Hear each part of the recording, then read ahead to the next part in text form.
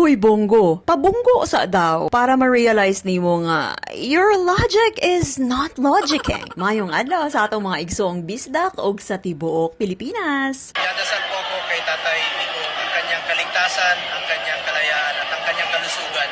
You know what? I have to partly agree with you on this, Bongo. Amo jud nang iapil sa amo ang pag-ampo nga unta-unta. Digong lives a very long life. Dapat baskog jud og healthy enough to last probably longer than in relay. Kay taas-taas pa ba iyang antuson sa prisuhan? Di jud siya dapat magpaluya-luya. Retiro ba niya kadasig nga manghagit sa ICC nya gusto pa manggani manipa? Dasig pa dyan mo BIBI og mamalika sa Diyos. Dapat, dasig pod nga mo atubang sa iyang kaso, di ba?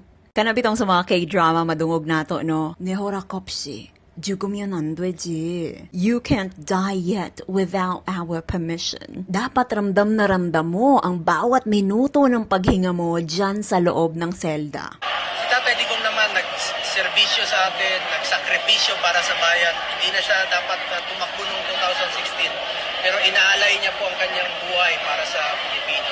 Hoy! Anong inaalay ang kanyang buhay? Murag ang kinabuhi man sa mga uyamot ang nasakripisyo tungod ana iyahang fake war on drugs. Sakripisyos imong mata, wa ka kuyapi.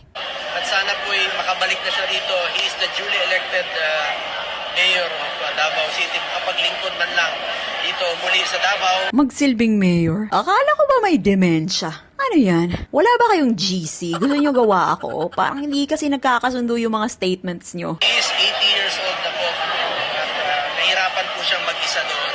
So, ginagamit niyo yung katandaan niya, yung edad niya, para mabigyan siya ng humanitarian consideration. 80 years old, kawawa naman. Pero baskog pa para magsilbing mayor ng Davao. Ano yun? Huy Bongo, pabunggo sa daw para ma-realize nimo nga your logic is not logicking. Humanitarian consideration for someone who doesn't even care about human rights. Nahiya naman si Tatay Elmer sa inyo na kinulong pa din regardless of age. Nagprotesta lang naman siya para sa kanyang karapatan. Pero okay, sige.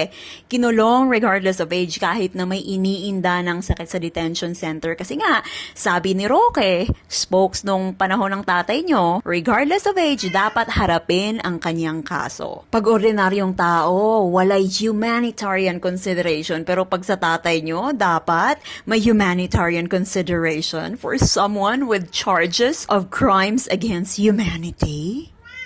O diba, nag-agree ang pusa ko.